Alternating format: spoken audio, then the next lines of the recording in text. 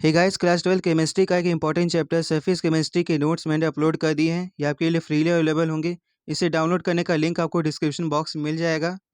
इसमें adsorption, adsorbent, उसके definitions हैं, टाइप्स ऑफ एड्सॉर्प्शन, ये आपको मालूम होना चाहिए। 1 और 2 मार्क्स में आते हैं। एड्सॉर्प्शन आइसोथर्म, फ्रेंडली का एड्सॉर्प्शन, ये 1 और 2 मार्क्स में पूछे जाते हैं, आपको इसे मालूम होना चाहिए। इसके ग्राफ 1 और 2 मार्क्स में पूछे जाते हैं। इसके चारों पॉइंट आपको मालूम होना चाहिए। Adsorption from solution phase 2 to 3 marks में पूछे जाते हैं।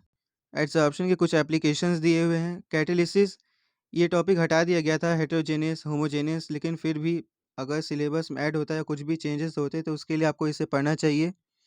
Adsorption theory of heterogeneous, important features, shape selective, ये पूछा नहीं जाता है, लेकिन 1 और 2 मार्क्स में पूछा जा सकता है अगर ऐड हुआ तो।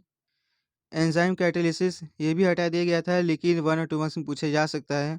कैरेक्टरिस्टिक दिए हुए हैं, मैकेनिज्म ऑफ एंजाइम कैटालिसिस, इसका की डायग्राम ये है, आपको इसे प्रैक्टिस कर लेना चाहिए। कोलॉइड सर्फे सिलेबस में है और ये आपसे पूछा भी जाता है, 1 और 2 मार्क्स में आता है। इसके कुछ एप्लीकेशंस भी आगे हैं। इसके क्लासिफिकेशंस दिए हुए हैं, डायरेक्ट टेबल बनाएंगे तो भी काम चल जाएगा। इसके लिए कुछ डेफिनेशन या फिर कोई सेंटेंस लिखने की ज़रूरत नहीं है। लायोफिलिक, लायोफोबिक कोलॉइड्स, ये मोस्टली पूछे जाते हैं डिफरेंसेस, इसे आपको याद रखना होगा। मिसल फॉर्मेशन, ये क्लास 10th का टॉपिक है, वापस क्लास 12th में आपको पढ़ना होगा। ये ज़्यादा इंपॉर्टेंट नहीं है, ना ही पूछा जाता है, लेकिन फिर भी अगर आता है तो आपको इसके बारे में मालूम होना चाहिए। प्रिपरेशन ऑफ कोलॉइड्स पूछे जाते हैं, इसके चारों आपको मालूम होने चाहिए। ब्रेडिक्स आर्क मेथड, इसका डायग्राम आपको मालूम होना चाहिए। पेप्टाइजेशन, प्यूरिफिकेशन, उसके तीनों जो भी हैं आपको याद रखने होंगे। इलेक्ट्रोडायलिसिस, अल्ट्राफिल्ट्रेशन, ये 1 और 2 मार्क्स में पूछे जाते हैं। ये तीनों टॉपिक आपको याद होने चाहिए। Properties of colloidal solution, Tyndall effect, पढ़ी हुई चीज़ है, इंपॉर्टेंट भी नहीं है, लेकिन फिर भी आपको मालूम होनी चाहिए, पूछी जा सकती है 1 मार्क्स में। ब्राउनियन मूवमेंट काफ़ी ईजी है। Zigzag movement of colloidal particles को ब्राउनियन मूवमेंट कहते हैं।